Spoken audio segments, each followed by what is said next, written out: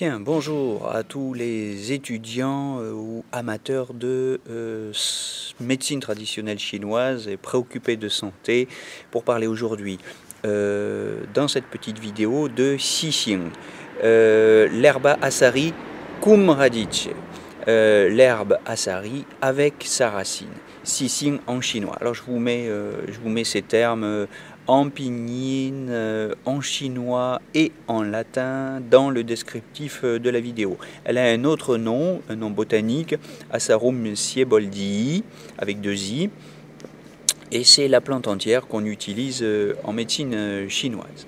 Voilà, alors je vous conseille d'écouter cette vidéo en même temps que celles qui sont consacrées à l'éphédre, Mahuang, à la cannelle, Guizhi, et à Xiangzhou, l'aile Scholzia, parce que ce sont 4 plantes donc très puissantes pour disperser le vent froid. Alors elles sont classées, et Xixing donc est aussi classée parmi les herbes piquantes et tièdes qui libèrent la surface. Donc libérer le biao. En chinois, B-I-A-O, la surface. Saveur piquante, nature tiède, tropisme poumon, rate et rein. Ça, c'est important, avec des fonctions, donc évidemment, comme on vient de le dire, disperser le froid, chasser le vent pour libérer la surface, calmer les douleurs, réchauffer le poumon, transformer les glaires, éliminer les liquides et ouvrir les stagnations. Voilà. Alors on pourrait préciser que c'est une plante qu'on utilise spécialement dans les attaques de vent froid, causant la céphalée, aussi bien dans l'attaque du triangle méridien quand c'est le froid qui prédomine que quand c'est le vent qui prédomine, pourvu qu'il y ait des céphalées. Attaque de vent froid causant des douleurs dentaires, donc on est aussi au niveau du visage. On peut, bien que ce soit une plante tiède, l'utiliser dans des syndromes de chaleur. Je pense par exemple au syndrome de chaleur dans l'estomac causant des douleurs dentaires. On s'y intéresse, ou on l'utilise plus principalement, dans des syndromes des syndromes d'obstruction, par vent froid, humidité. On l'utilise aussi dans les attaques externes de vent froid causant le syndrome Shaoyin. On l'utilise pour les glaires froides qui attaquent le poumon quand il y a de l'asthme, de la toux, expectoration profuse, de mucosité translucide, de mucosité fluide. On a bien souligné que dans ses fonctions, Xixing faisait circuler ou transformer les glaires et ouvrir les stagnations. On l'utilise pour les attaques externes de vent froid causant l'écoulement nasal, donc c'est un peu dans le même esprit, quand il y a de la congestion nasale avec des céphalées. Vous voyez par exemple dans la formule Zhang Er San, en synergie avec le Fructus xanthi, qui est une excellente pharmacopée pour les sinusites, même chroniques et profondément chroniques. On l'utilise enfin pour les douleurs corporelles, Xixing, surtout de la poitrine par stagnation du qi, puisque comme on l'a dit, elle ouvre les stagnations. Alors, approfondissement supplémentaire encore, pour les... je me mets devant le soleil, je vous conseille, mais pour les étudiants avancés, pour ceux qui ont déjà bien intégré ce que je viens de dire, à un deuxième niveau, de vous intéresser, donc dans toutes les vidéos, aux combinaisons que j'évoque, aux combinaisons de plantes, mais seulement pour les avancés.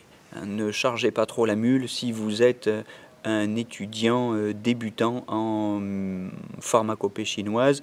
Au début, connaître les plantes, savoir à quelle classe ou catégorie elles appartiennent, connaître leur saveur, leur nature, leur tropisme et leurs principales fonctions. Et une ou deux pharmacopées dans lesquelles elles interviennent, ces plantes, c'est déjà énorme. Donc ne chargez pas trop la mule, mais si vous êtes suffisamment avancé et que ces plantes vous sont devenues familières, vous pouvez commencer à étudier leurs combinaisons et leurs synergies afin de pouvoir faire des modifications de pharmacopée et ajuster plus finement le traitement au syndrome particulier de votre patient. Alors parmi les combinaisons que je vous propose avec Xixing, Mahuang pour la toux et la dyspnée avec des glaires causées par le vent froid. Association aussi à Fuzi, l'aconite, pour la céphalée dans le syndrome Shaoyin avec un pouls profond. Combinaison avec Cheiru, le buplèvre, pour la céphalée, qu'elle soit traumatique ou causée par le vent froid et obstruant les méridiens.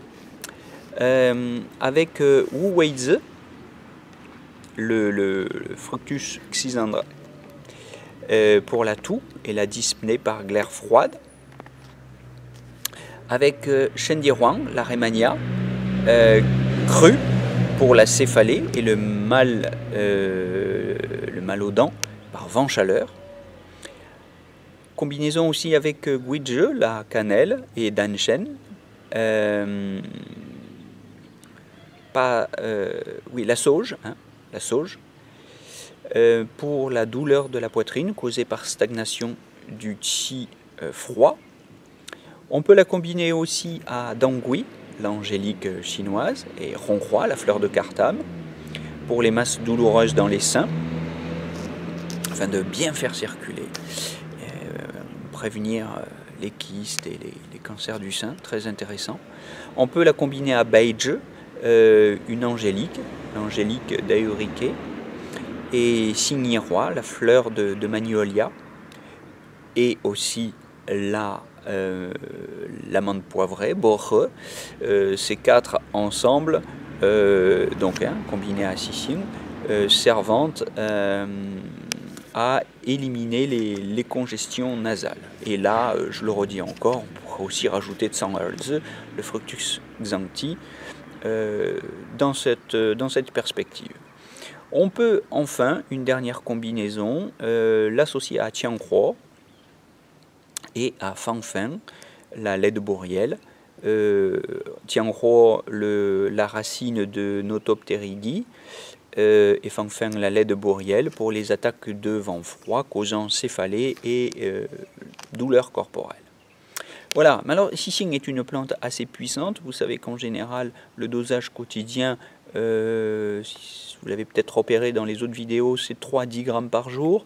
Là, c'est un petit peu plus faible, de 2 à 5 grammes en décoction, de 0,5 à 1 gramme en poudre seulement.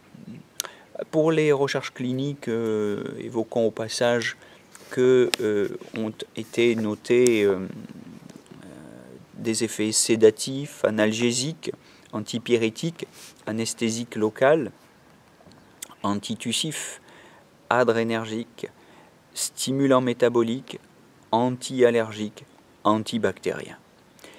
Je vous donne deux formules de référence dans lesquelles on trouve Xixing à un dosage relativement important. Mahuang Fuzi Xixing Tang, donc décoction d'éphèdre, d'aconite et d'herba assari, et Xiaoqing Long Tang, la décoction du petit dragon vert. Voilà, sachez qu'on utilise aussi parfois Xixing pour son tropisme. Elle a la particularité d'avoir une action tropique, c'est-à-dire capacité d'orienter l'action d'une pharmacopée vers le méridien du cœur, avec une bonne efficacité, et aussi vers le méridien des reins. Voilà, Xixing, une herbe guide des méridiens du cœur et des reins. Après cette vidéo intense sur l'herbace à riz, je vous souhaite une bonne journée et je vous donne rendez-vous à très bientôt.